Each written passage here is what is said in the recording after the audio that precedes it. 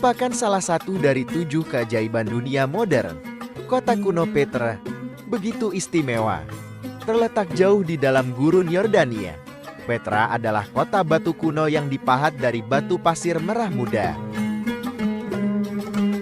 Petra sempat hilang selama berabad-abad dan ditemukan kembali pada tahun 1812. Inilah yang mendorong sejarawan untuk menyebutnya sebagai kota hilang.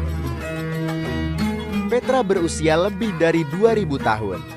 Petra adalah kota kuno yang berasal dari abad ke-4 sebelum Masehi.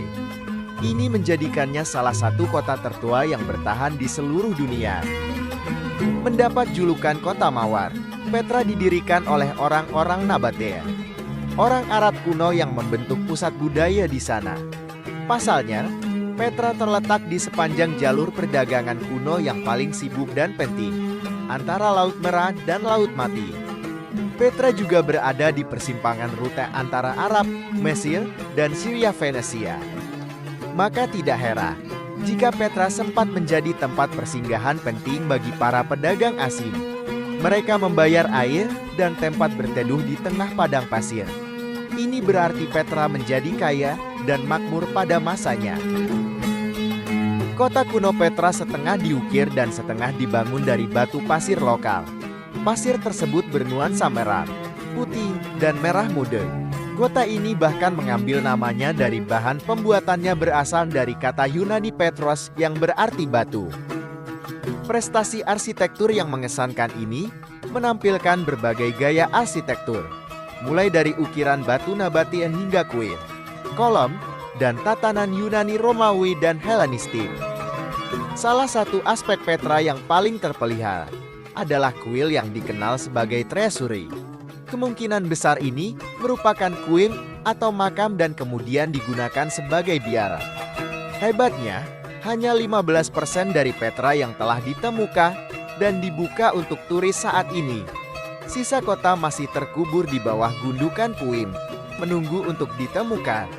Menurut perkiraan sejarawan, ukuran Petra 4 kali lebih besar dari Manhattan dan luasnya sekitar 160 km persegi. Hebatnya, kawasan luas ini dulunya menampung lebih dari 30.000 orang.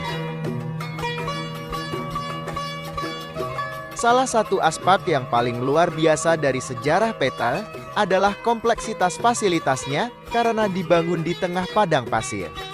Suku Nabatean menemukan cara yang efisien untuk menyalurkan air ke jantung kota melalui pembangunan bendungan dan waduk.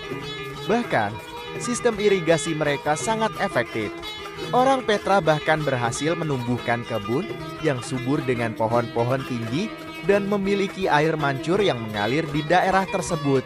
Semua itu mungkin sulit dibayangkan jika melihat reruntuhan kota saat ini.